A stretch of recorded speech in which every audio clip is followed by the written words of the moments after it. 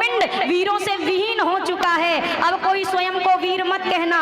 दोबारा जब यह बात लक्ष्मण भैया के श्रवण रंध्रों से भीतर गई, लक्ष्मण भैया ने आसन छोड़ दिया, खड़े हो गए और जनक जी की ओर, आज नेत्र लाल हैं जनक जी की ओर देखकर, न जनक जी न महाराज न श्री, सीधे शब्दों में कहा, भैया अरे कही जनक जैसे अनुचित बानी,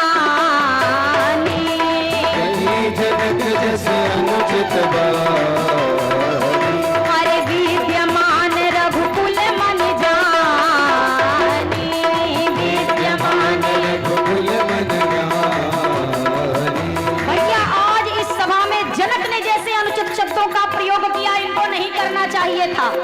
वो भी अगर आप ना होते तो ये बोल देते, मुझे कोई समस्या नहीं। सूर्यवंश के शिरोमणि रघुनंदन श्री राम जी के होते जनक ने कहा कि धरती पर कोई वीर नहीं है।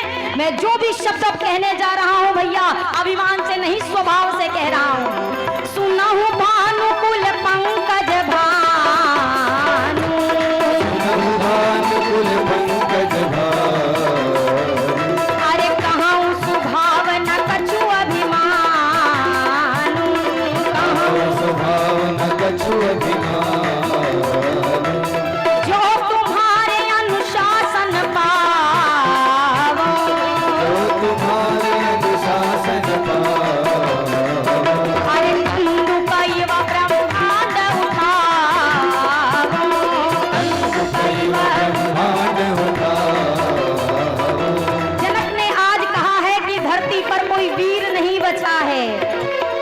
तो भैया आज इस सभा में मैं आपके चरणों के समक्ष यह बात कह रहा हूँ, एक बार आप मुझे आदेश देकर देखिए, ये धनुष क्या चीज है।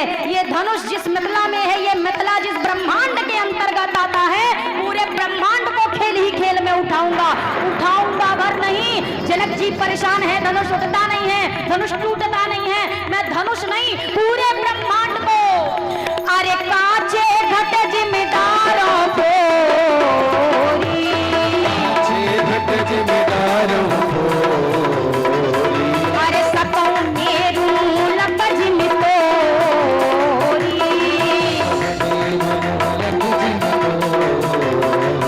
अरे कमल नाल जिम चाप चढ़ावा, कमल नाल जिम चाप चढ़ावा, ने जो जन सत प्रमाण लेना, जो जन सत प्रमाण लेना। लक्ष्मण भैया ने कहा, कमल की नाल के समान इस धनुष पर प्रत्यंचा चढ़ा सकता हूँ। इतना ही नहीं, जनक जी कहते हैं उठा नहीं पा रहा, उठाऊंगा भी, चाप भी चढ़ाऊंगा और 100 योजन इसे लेकर दौड़ के भी दिखाऊंगा। मुझे बस आपके आदेश की प्रतीक्षा है। आपके रहते हुए जनक ने कहा कोई वीर नहीं है। अरे भैया, अगर किसी सभा में रघुवंश का एक बच्चा भी बैठा हो और कोई सामने से आकर स्वयं काल भी ललकारे, तो भाई वह रघुवंश का बच्चा काल से टक्कर लेता है, कभी पीठ नहीं दिखाता। और यहाँ तो स्वयं आप विराजमान हैं। जनक कहते हैं कोई वीर नहीं। भैया, सच्चे योद्धा सच्चे क्षत्रिय अपमान नहीं सह सकते हैं। जिनको सुनने की ताब नहीं, वो चुप कैसे रह सकते हैं। रघुवीर राम जी के होते अनुचित मारी कह डाली है, यह शब्द हृदय में चुभता है, पृथ्वी वीरों से खाली है। लक्ष्मण भैया ने जो रोष भरे शब्द बोले, उसका असर कहाँ दिखाई दिया। अरे लखन सको वचन जे बोले, लखन सको वचन जे बोले, अरे डगमगानी महदी गज डोले, डगमगानी महदी गज डोले, हाँ डगमगानी महदी गज डोले। लक्ष्मण जी ने बोला ही भरता और धरती कांपने लगी, धरती हिलने लगी। धरती को हिलता तो देख रहे हैं। लक्ष्मण भैया धनुष के पास खड़े हैं, एक हाथ आगे है और कह रहे हैं भैया कहिए तो तोड़ दूं, भैया कहिए तो आदेश दीजिए तोड़ दूं। विश्वामित्र जी ने कहा राघव जी जल्दी बुलाओ, सहियों न तोड़ दे। बुलाइए बुलाइए बुलाइए। आंखों के इशारे से मेरे रघुनाथ जी ने लक्ष्मण भैया को बुलाया, अपने बगल बिठाया और बगल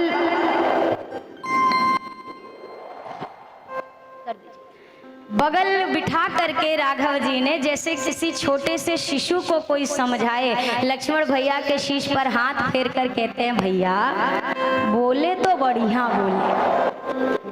विश्वामित्र जी ने भी मन ही मन कहा, वाह चेला कमाल का बोले। राम जी ने कहा, देखो लक्ष्मण भैया धरती हिल रही है आपके बोलने से, अब अपना क्रोध शांत कर लीजिए।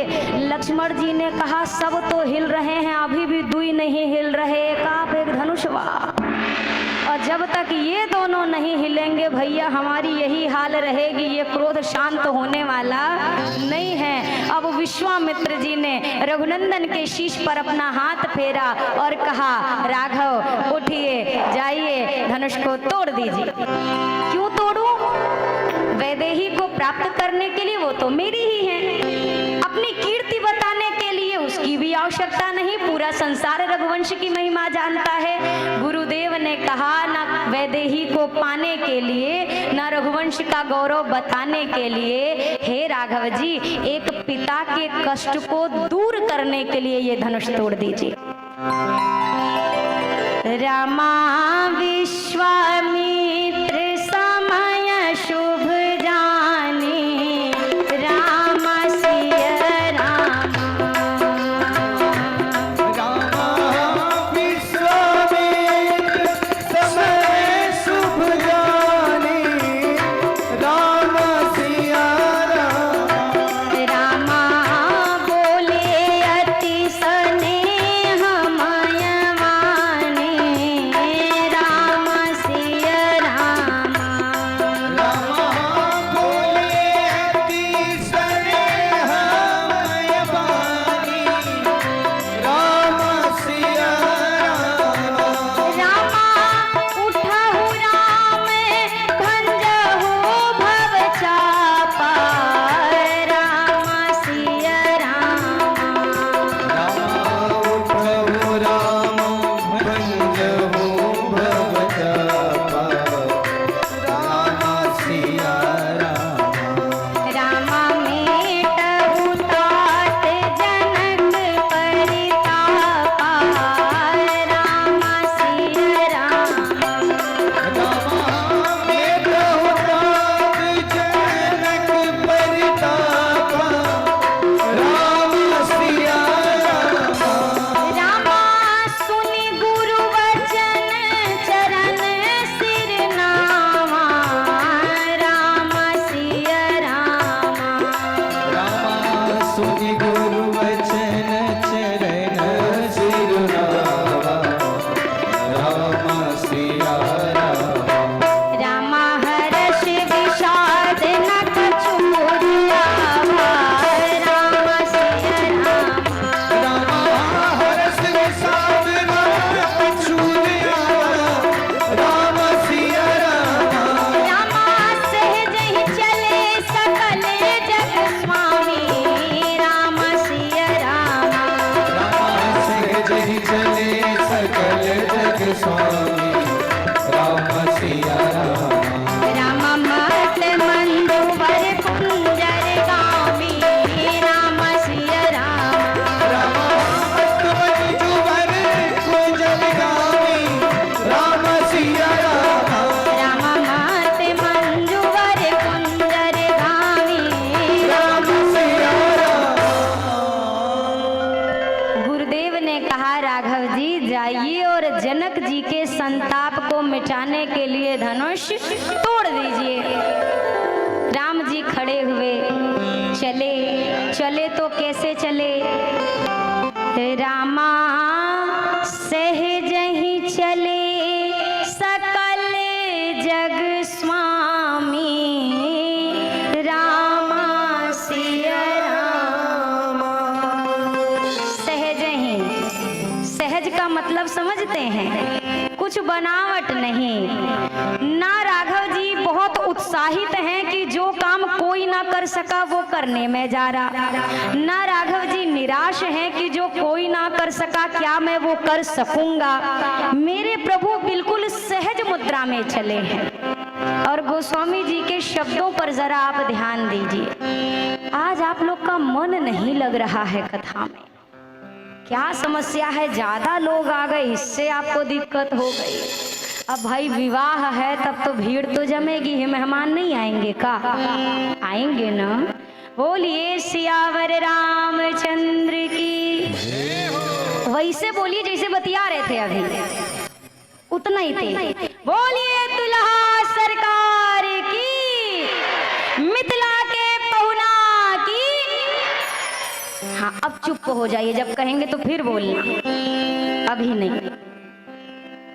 अच्छा मैं बहुत देर से एक चीज देख रही हूँ और लगभग हर जगह देखने में आती है ये चीज, हर जगह कितनों भीड़ होए, दूर से देखने में लगे कि सरसों फेंक दो तो वो भी नहीं टिकेगा, बाहर आ जाएगा, इतनी भीड़ है। पर अगर कोई अपना बहुत करीबी दिखाई पड़ जाए,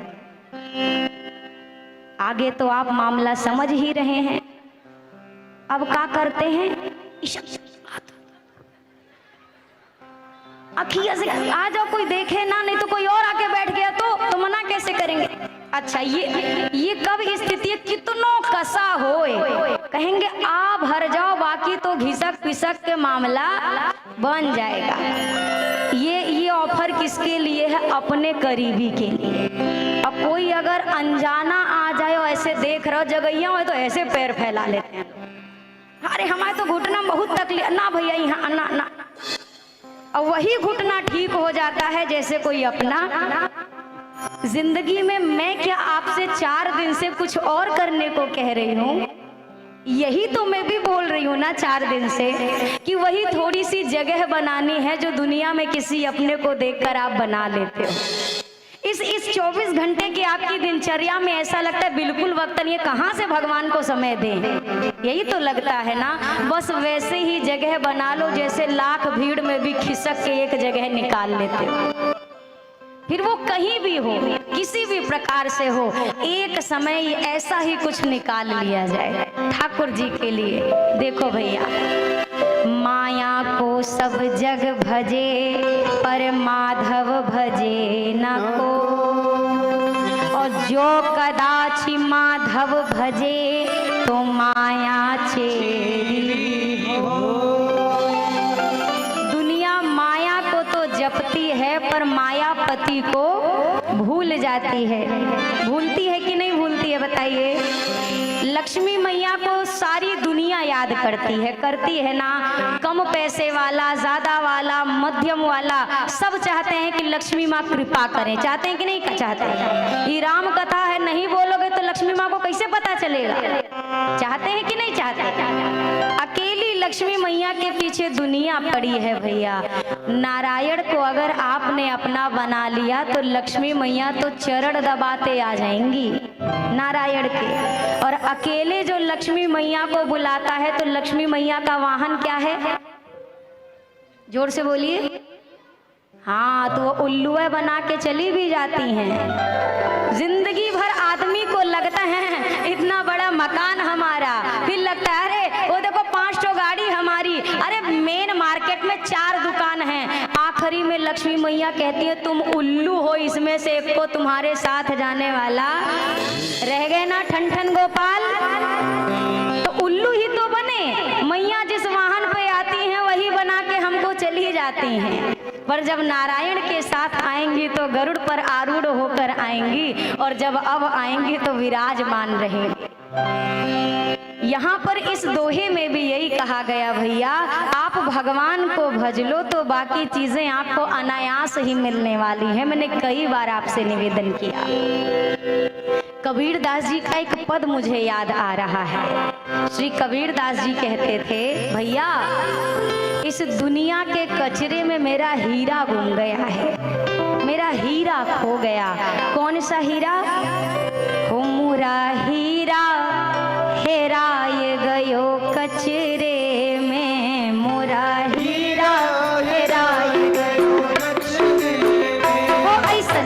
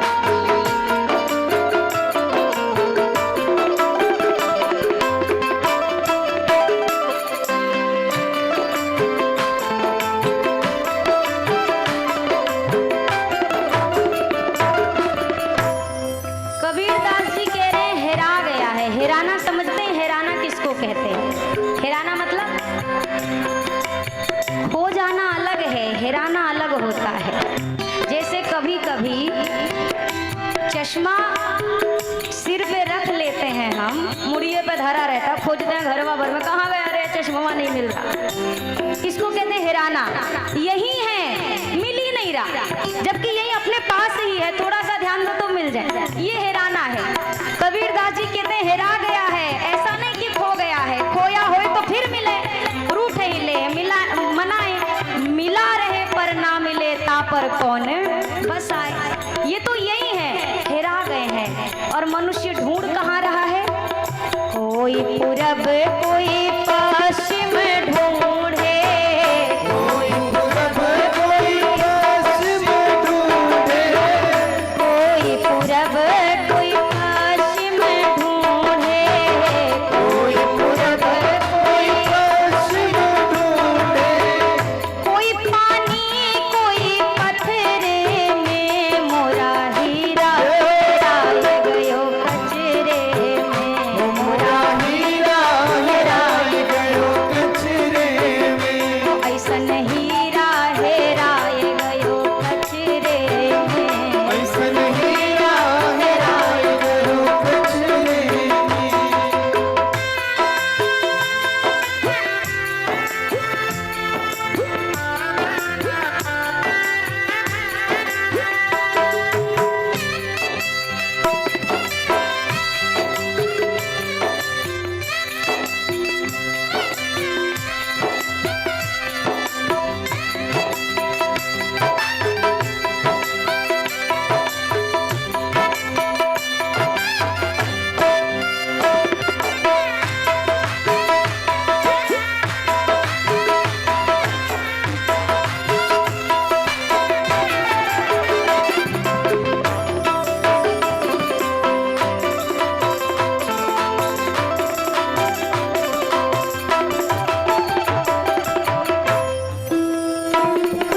कबीरदास जी ने कहा, जिसने समय रहते हुए इस हीरे को पा लिया, उसने क्या किया? कहते कबीर जाने जिन्हें पाया, कहते कबीर जान जिन्हें पाया, कहते कबीर जाने जिन्हें पाया, कहत कबीर जान जिन्हें पाया, बांध लियो है अचरे में मोरा हीरा हेराए गयो कचरे में, मोरा हीरा हेराए गयो कचरे में, ऐसन हीरा हेराए गयो कचरे में। ऐसन हीरा हेराए गयो कचरे में, ओ मोरा हीरा हेराए गयो कचरे में, मोरा हीरा हेराए गयो कचरे में, ओ ऐसन हीरा हेराए गयो कचरे में, ऐसन हीरा हेराए गयो कचरे में, ऐसन हीरा हेराए गयो कचरे में। ऐसन हीरा हेराए गयो कचरे में। ओ ऐसन हीरा हेराए गयो कचरे में। दुनिया के कचरे में, दुनिया की भीड़ में ये हीरा कहीं खो गया है। तुलसी जी की माला जपने वाली किसके किसके पास है? पूछ रहे हैं। हाँ, और बाकी लोग? तुलसी जी की माला कम से कम एक रखिए, एक ऐसी माला झोली रखिए, जपिए मत।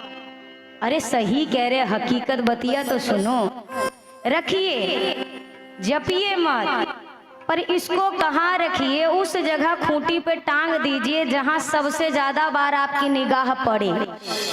आपके घर में किसी भी कोने पे, बैठकी में, आपके शयन कक्ष में, रसोई में, जहां निगाह सबसे ज्यादा पड़े, इसको ले खूंटी पे टांग दो माला के साथ। आप कहेंगे उससे क्या होगा?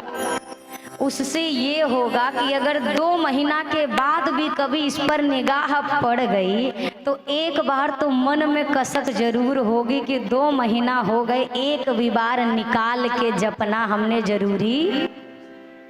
और उस कसक में अगर आपने एक माला भी जप ली तो भी आपका कल्याण निश्चित है। अपने पास हथियार होना चाहिए ताकि कभी भी आक्रमण हो तो हम घर में भागते ना फिरे, लाठी कहाँ है, डंडा कहाँ है, हथियार कहाँ है। यमराज का अगर वार कभी भी हो सकता है तो कम से कम हथियार तो अपने पास रखो ना भैया, कि उस वार के लिए आप तैयार हो कि नहीं हो। यहाँ आदमी माला तो ले लेता है, गुरुजी मंत्र दिए, का हुआ भुला गया मंत्र, माला कहाँ गई तो मुंह सूस उठा के कोनो बिल में लेके गया होगा। एक बात बताइए, अपनी सोने की माला आप कहाँ रखते हैं? कहाँ रखते हैं? बाथरूम में फेंक देते हैं, कोई मेहमान आवे पहन के निकल जाए? कहाँ रखते हैं? तिजोरी में, लॉकर में रखते हैं कि नहीं रखते हैं? जबकि सबको पता है वो मलबा यहीं तक छूटेगा मरने के बाद। यहाँ प्राण निकला, यहाँ घरवा वाले ही नहीं देखेंगे कि एक बार डॉक्टर को दिखाएं, ये चेक करेंगे कितना पहना है और कितनी जल्दी उतारना है। ये माला फंसाएगी, पर जो माला वहां तक जाने वाली है उस माला की ओर हमारा ध्यान, वो माला कहीं पड़ी रहे, का मतलब है तो भी ठीक, नहीं है तो भी ठीक। मैं हाथ जोड़कर एक प्रार्थना करूं, ये सब अपने पास रखिए, पर जो सामान साथ जाने वाला है उसको साथ अपने ज्यादा संभाल के रखिए। सोना चांदी वाला तो झटक के उतार लेंगे, नहीं खुलेगा, अगर उसका लॉक और ये पेच नहीं खुलेगा तो छीन लेंगे, मरने के बाद कौन सा पिरा रहा है, कौन सा दर्द है। तुलसी जी की माला अगर गले में है तो ये एक ऐसा आपका गहना है जो आपके कोई रिश्तेदार नातेदार इसको नहीं छीनेंगे, ये रहेगा आपके साथ। मीरा मैया यही तो कहती हैं, पायो जी मैंने राम रतन धन, ये वस्तु अमोलक दी मेरे सतगुरु। इसको ना चोर छीन सकता है, ना तो कोई लूट सकता है, ना ये धन आपका घटेगा। ये धन सदैव आपके पास स्थिर रहने वाली प्रॉपर्टी है। इसमें अगर आपने इन्वेस्ट कर दिया तो सदा फायदे में रहेंगे। इस सोने का दाम कभी आकाश में होता है तो कभी धरती पे होता है, कभी कहेंगे 1 लाख तोला, कभी कहेंगे 20,000 पे है, पर वो अगर आपके पास आ गया तो उसका मूल्य दिन ब दिन बढ़ना ही है, घटने वाला। प्रयास करिए अपने पास एक तो कम से कम तुलसी मैया गले में हो, गले में भी तुलसी जी की माला धारण करिए। जिस देवी देवता में आपकी रुचि हो कम से कम उनकी एक पहचान अपने मस्तक पर धारण करिए, तिलक जो आपको अच्छा लगे। अब आप कहोगे कि लोग हंसेंगे, बहुत सारे खासकर माताओं में ये समस्या आ सकती है, लोग मजाक बनाएंगे, लोग हंसेंगे। अच्छा हंसेंगे तो क्या कहेंगे आप बताइए, उनके शब्द क्या होंगे? बड़े आए भगत जीवन में। आपको बताओ इससे बढ़िया सर्टिफिकेट दुनिया में कोई आपको मिल सकता है क्या? अगर कोई आपको इनके नाम से जानने लगा तो ये तो अच्छी बात है, अच्छी बात है कि नहीं है? ये सबसे अच्छी बात है कि अब दुनिया आपको इनका मानने लग गई है। अब आपको अपना राह और मजबूत कर लेना चाहिए, अब कमजोर नहीं होना चाहिए। तो प्रयास करिए भैया, जितना हो सके एक छोटी सी कोशिश कल से ही करना प्रारंभ करिए। राघव जी मेरे धनुष तोड़ने के लिए चले सहज मुद्रा में, और गोस्वामी जी ने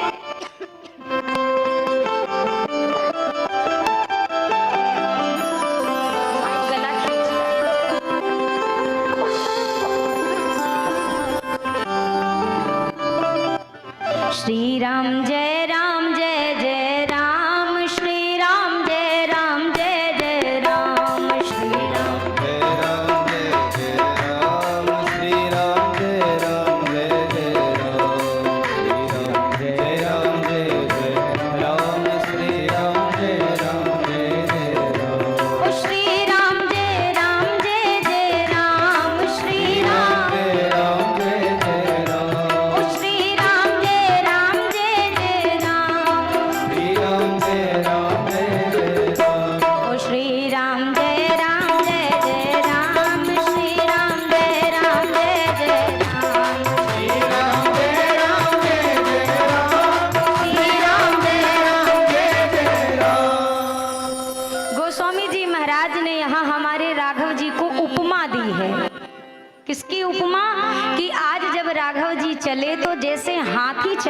अपना मस्त चाल में, अपनी ही मस्ती में आज राघव जी उसी मदमस्त हाथी की तरह धीर गंभीर चाल में धनुष की ओर आगे बढ़े। हाथी की उपमा क्यों दी? आपके बाजार में कभी हाथी आया है?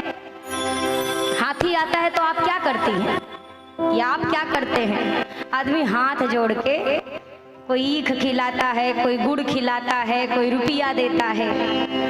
हाथी के आगे सारे लोग हाथ जोड़ लेते हैं, सम्मान करते हैं, और हाथी के पाछे गुरु बाजार के जितने कुकुर हैं आपको हाथी के पाछे नजर आएंगे। सब दूसरे मोहल्ला वाला भी इस समय इकट्ठा हो जाते हैं, हम भी हैं, और क्या करेंगे? भौंकेंगे। अच्छा ये भी बात है, तब तक भौंकेंगे जब तक हाथी ये गांव पार नहीं कर जाता, लगातार भौंकते रहेंगे। और इनसे अगर कोई पूछ ले कि आपको हाथी से समस्या क्या है तो बता नहीं पाएंगे। उनकी मुख्य समस्या क्या है? उन कुत्तों को लगता है बताओ इस गांव में हमको रहते बरस बीत गए, आज तक हमारा सम्मान, एक दिन में आया हाथी, इसका इतना सम्मान। तो हाथी का सम्मान कुत्तों से नहीं पचता है, इसीलिए भौंकते हैं। अच्छा आगे नहीं भौंकेंगे, पाछे भौंकेंगे। जानते हैं अगर आगे भौंक दिए तो सीधा भगवान के धाम जाएंगे, आगे नहीं। और जब गांव से बाहर निकल गया हाथी तो आपस में एक दूसरे को शाबाशी देंगे, बहुत बढ़िया तुम भौंके हो आज, आखिरकार हमने हाथी को बाहर। और हाथी क्या करता है? अपनी चाल में वो पलट के ये देखता तक नहीं है कि मेरे पीछे कौन क्या बोल रहा है, क्योंकि गजराज जानते हैं अगर मैंने हर गांव के कुत्तों के भौंकने का जवाब देना शुरू किया तो जिंदगी में मेरा लक्ष्य पूर्ण होने वाला। हम और आप भी जीवन में विशेष ध्यान रखें, अगर आप किसी सही कार्य की ओर चले हैं, दुनिया बातें बना रही है, तो आप इस समय अपनी एनर्जी ना खराब करो उनको जवाब देने में। संत कहते हैं भैया शोर मत करिए, किस चीज का? काम का शोर मत करो, ऐसा काम करो कि वो काम शोर करने लगे कि ये किसने किया है। राम जी ने किसी को कोई प्रत्युत्तर नहीं दिया। धनुष के सामने राघव जी आए और धनुष के सामने पहुंचे सुनैना मैया व्याकुल। अरे सखी, इतनी बड़ी सभा में सबकी मति मारी गई है क्या? इस छोटे से राजकुमार को भेज दिया है, बड़े बड़े राजा हार गए, ये सुकुमार सा कमल के जैसा कोमल राजकुमार इतना कठिन धनुष कैसे उठाएगा? सखी ने कहा हे देवी, सूर्य भगवान जब आकाश में प्रकट होते हैं छोटे से होते हैं, पर देखते देखते पूरे संसार को प्रकाश से भर देते हैं। मंत्र छोटा होता है पर सारे देवी देवताओं को अपने वश में रखता है। आप इनकी आयु पर ना जाइए, इनके अंदर अनेक गुण भरे हुए हैं, आप इनके तत्व को अभी नहीं जान पाई क्या? इन्होंने हमारी गुरु माँ का उद्धार किया, ताड़िका को इन्होंने मारा, ये कोई साधारण नहीं है। सुनैना माँ को तो आश्वस्त कर दिया। इधर अब मिथिला के जितने लोग हैं सब अपने अपने हाथ को जोड़कर अपने अपने भगवान से कहते हैं हे विधाता, हमने आज तक में जो भी पुण्य कार्य किया है उसका जो भी फल बनता है तो एक कृपा करना, ये सांवले वाले सरकार से आज ये धनुष तुड़वा देना। राघव जी धनुष के सामने आकर खड़े हैं पर अभी तोड़ नहीं रहे हैं। क्यों? अभी राघव जी खड़े ही हैं, सीता मैया व्याकुल हो गई। मैया मन ही मन कहती हैं हे विधाता, राम जी धनुष तोड़ने के लिए खड़े हैं, हे भगवान गणेश आप कृपा करो। जैसे आप कितने भारी हैं पर मूसक पर बैठते हैं तो वह मूसक भी आपका भार उठा लेता है, ऐसे ही आप धनुष को हल्का कर दीजिए ताकि मेरे राम जी इस धनुष का भार उठा लें। हे माँ गौरी, मैंने अब तक आपकी जो पूजा की है कृपा करके उसका फल दे दो और रघुनाथ से यह धनुष उठवा दो। माँ के मन में व्याकुलता अभी भी बनी है। अंत में जानकी मैया ने कहा अब मोहि शंभु छाप गति तोड़ी। हे शिव धनुष, अब तो मुझे बस आपका सहारा है। किससे कह रही हैं? शिव धनुष से। हे शिव धनुष, आप कृपा करो, आप हल्के हो जाओ। शिव धनुष ने कहा, मैया आप तो आदेश करो कितना हल्का होना है। मैया ने कहा हल्के होइए। शिव धनुष हल्का होकर कहता है, माँ इतना हल्का ठीक है कि और हो जाऊं? और हो जाइए। और हल्का हुआ, और हो जाइए। शिव धनुष ने कहा, मैया अब इससे ज्यादा हल्का हुआ तो कोई अभिमानी राजा बीच में कूद के आया, तोड़ के चला गया तो? मैया ने कहा एक काम करिए, अभी तक राजाओं का बल खींच खींच के आप भारी हो गए थे, अब निज जड़ता लोगन पर डारी, अपना सारा भारीपन इन मूर्ख राजाओं पर डाल दो। अभी तक आप नहीं हिल रहे थे, अभी अपनी कुर्सी से ना हिल पाए, अपना सारा भार इन राजाओं पर डाल दो। अब शिव धनुष हल्का हुआ। मैया से पूछा इतना ठीक है? मैया ने कहा हम बार बार बताएंगे नहीं, बस एक बात सुनो। हमने ये राम जी को बगीचा में देखा था, इन्होंने फूल की डलिया उठाई थी जिसमें 5 किलो नहीं गिन के 5 फूल थे, और फूल का भार उठाने में भी इन पसीने से इनका शरीर भरा था। तो बस समझ जाओ, जिनको फूल का भार उठाने में भी थकान हो जाती है वो कितने कोमल होंगे। अब अपने हिसाब से हिसाब किताब लगा के आप हल्के हो जाओ। शिव धनुष फूल से भी हल्का हुआ है। और इधर लक्ष्मण भैया ने देखा अब राघव जी धनुष तोड़ने वाले हैं, खड़े हो गए सिंहासन से, दाहिने पांव से धरती को दबाना शुरू किया, धरती को सचेत किया। हे कक्षप, शेष, वराह, सभी लोग अपनी अपनी स्थिति को मजबूत कर लीजिए। ऐसा ना हो कि शिव धनुष के साथ पृथ्वी भी, यह ब्रह्मांड भी राघव जी के इस धनुष उठाने के इस प्रण से कोई प्रभाव उस पर पड़े, कंपित हो। आप सभी लोग अपनी स्थिति को मजबूत कर लें। राघव जी ने देखा सारी सुरक्षा की व्यवस्था पूरी हो गई है। अब मेरे राघव जी ने धनुष की ओर देखा। गोस्वामी जी कहते हैं, रामा चाप समीप राम जब आए, राम सिया रामा। रामा चाप समीप राम जब आए, राम सिया रामा। राम नर नारी में सब सुकृत मनाए, राम सिया रामा। रामा नर नारी सब सुकृत मनाए, राम सिया रामा। रामा गुरु ही प्रणाम मन ही मन कीन्हा, राम सिया रामा। रामा गुरु ही प्रणाम मन ही मन कीना, राम सिया रामा। राम जी ने धनुष के समीप खड़े होकर मन ही मन अयोध्या में बैठे अपने गुरुदेव भगवान को प्रणाम किया। प्रणाम करने के उपरांत जैसे ही राघव जी ने धनुष की ओर अपने दोनों हाथों को बढ़ाया है, धनुष की ओर हाथ बढ़ाते ही पूरी सभा में प्रकाश फैल गया। इतनी तेज रोशनी है, सब अपनी आंखों को मल रहे हैं, किसी को कुछ दिखाई नहीं देता। गोस्वामी जी कहते हैं, अरे गुरु ही प्रणाम मन ही मन कीन्हा। गुरु ही प्रणाम मन ही मन कीना, अरे अति लाघव उठाए धनु लीन्हा, अति लाघव। उठाए धनुली।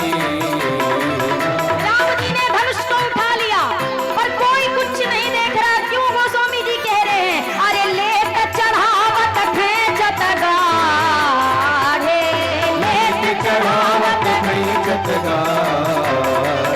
अरे काहू न लखा दे कि सब ठाढ़े, काहू न लखा। देखि सब ठाढ़े।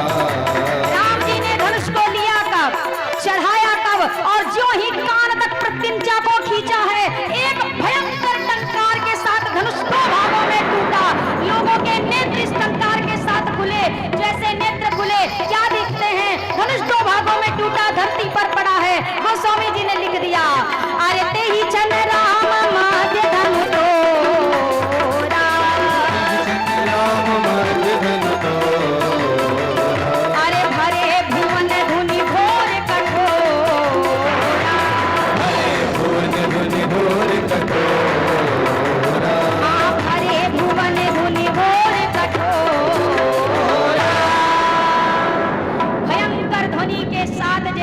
उन्होंने नेत्र खोले, धनुष टूटा दिखाई दिया। आज उस टंकार की वजह से सूर्य भगवान का रथ जो पूरब से पश्चिम की ओर जा रहा था, विकल हो उठे, वो अश्व दक्षिण की ओर मुड़ गए। देवताओं ने अपने कर्णों पर हाथ रखा, पूछ रहे हैं वो दंड खंडेऊ, वो दंड खंडेऊ। गोस्वामी जी ने कहा राम तुलसी जयति वचन, बोलिए सियावर रामचंद्र की। धनुष टूटा दिखाई दिया। सखियां मैया जी को लेकर के राघव जी के निकट आई हैं।